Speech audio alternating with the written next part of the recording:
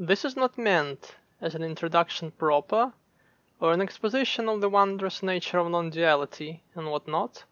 This is just a little personal rant on how applying certain things at the core of the Buddhist teaching can prove useful, regardless of what one subscribes to. If you came here for genuine advice, skip this video altogether and read the Mahāsatipatṭhāna Sutta, the greater discourse on the foundations of mindfulness from Digha Nikaya instead. If you are here for anything else, please make yourself comfortable. The one nowadays well-advertised thing taken from Buddhism is mindfulness. It is at times painted as some kind of all-purpose tool to get rid of stress and gain inspiration for whatever it is you're concerned with at the moment. This is not entirely false, yet the true use of mindfulness lies in the fruits of sustained practice. That is, not in chase after momentary relief of anxiety or short-lived ideation, but in enduring concentration. If one occasionally uses meditative techniques to achieve one's particular goals, it's okay, it's a commendable thing. Yet if one thinks one can extend those occasional benefits to the times outside of this occasional practice without doing anything, it is like killing two birds with no stone while bent over looking at your ass in the mirror. In Buddha's words, the four foundations of mindfulness go as follows. A monk abides contemplating body as body, ardent, clearly aware and mindful, having put aside hankering and fretting for the world. He abides contemplating feelings as feelings. He abides contemplating mind as mind. He abides contemplating mind objects as mind objects, ardent, clearly aware and mindful, having put aside hankering and fretting for the world. In Zen, it is often said that there is no special technique to it, no special thing to point to apart from oneself. One has to see things as they are, as such, without fixations on them, to each thing, its time and its place. Three constituents of the Noble Eightfold Path are right effort, right mindfulness, and right concentration. Right effort lies in preventing the arisal of the unwholesome evil mental states and sustainment of the wholesome good ones. For right mindfulness refer above.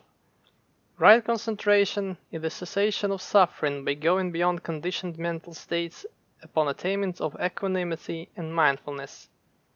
This is ancient writing, take it or leave it. Yet I think there is a ring of truth to it. Let's wade back a bit through the swamp of my yata and imagine how meditation can be misapplied. To avoid wrecking my brain too much, I'll just parrot the usual Zen admonishments in my own words. Once upon a time, a certain student embarked on a journey to seek enlightenment. Upon having overcome countless hardships and conversed with numerous famed ascetics, he failed to grasp the nature of reality, which saddened him greatly. As his last resort, before returning home, he decided to consult Master Ranzi, who had lived for many a year in a remote place overlooking a waterfall. When he reached Master's hut and entered it, Ran was sitting with his back placed against the wall and was clearly dozing off. The student, desperate enough to risk Master's wrath, asked, "Master, what is mindfulness?" Ranzi's face twitched in displeasure, but soon calmed. Without opening his eyes, he spake. Not overexerting oneself in fighting off errant thoughts, not fleeing into the cave of emptiness. Our minds react to input and produce thoughts. If you try denying them access, you'll just create more confusion. If you achieve some state of equanimity and the only thing it relies on is you blocking yourself away from the outside world and propping the door of your senses with whatever ingenious methods of ignoring everything you might devise, how is this different from being dead? And how long can you play dead without forcing yourself to do so? The student stood still, unable to speak a word. Then, full of rage at his own self for wasting time on this ignorant old man and his platitudes, he shouted out, "You call this teaching? How is this different from what anybody's doing with their lives?" Masters leaves party to produce a baffled response. Isn't that really what you came to hear? One cannot flee from oneself. The purpose of this Zen I'm talking about is to unknot that which arises from fragmented input, and that which is created secondarily within the context of that input. Observe the coming and going of your thoughts. If you are angry or frustrated, look at that anger. What is its cause? Does this cause still exist a few seconds, a few minutes, a few hours after it's risen inside of you? That is a simple entry point to preventing fixations from taking root. If you're sitting in Zazen or practicing any other form of meditation, let the thoughts come and go. Observe them without completely identifying with them. When you are not doing Zazen, if you've never done Zazen or never plan to, if Zazen is crap and you'd rather go for a walk or drink and get laid, still you can practice this simple thing, this slight internal change of perspective. Your mind doesn't have to be blank or filled with endless ruminations, though it can be. Nothing really has to be drastically different, just a simple tweak in your thinking, in the way you're thinking about thinking. It never is unnatural or forced. It doesn't seem much, yet it is useful. That is why one starts with practice and ends with non-practice. First, one applies certain effort, then one would have to apply even greater effort to revert to his former ways.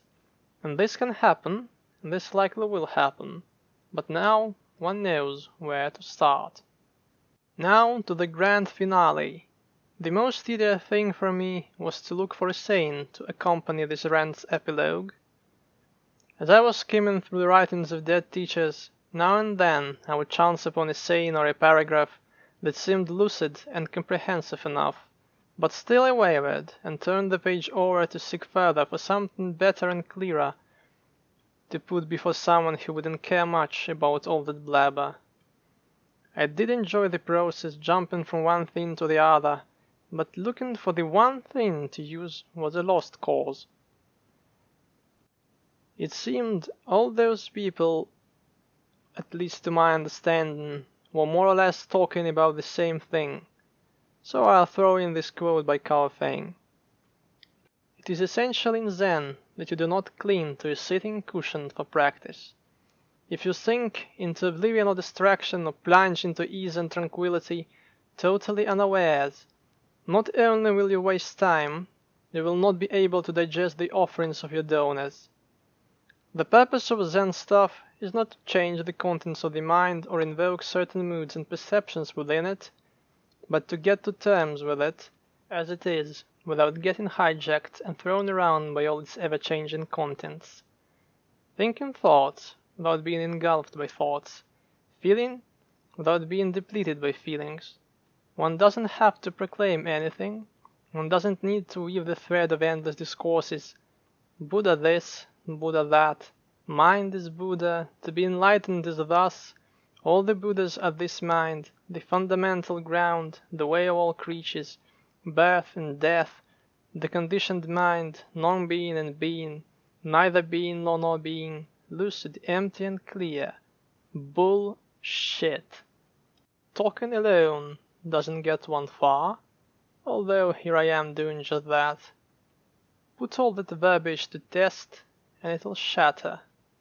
Practice. Stop wasting breath. Well, my dear internet, that's how I shut. Oh, that's one way of putting it.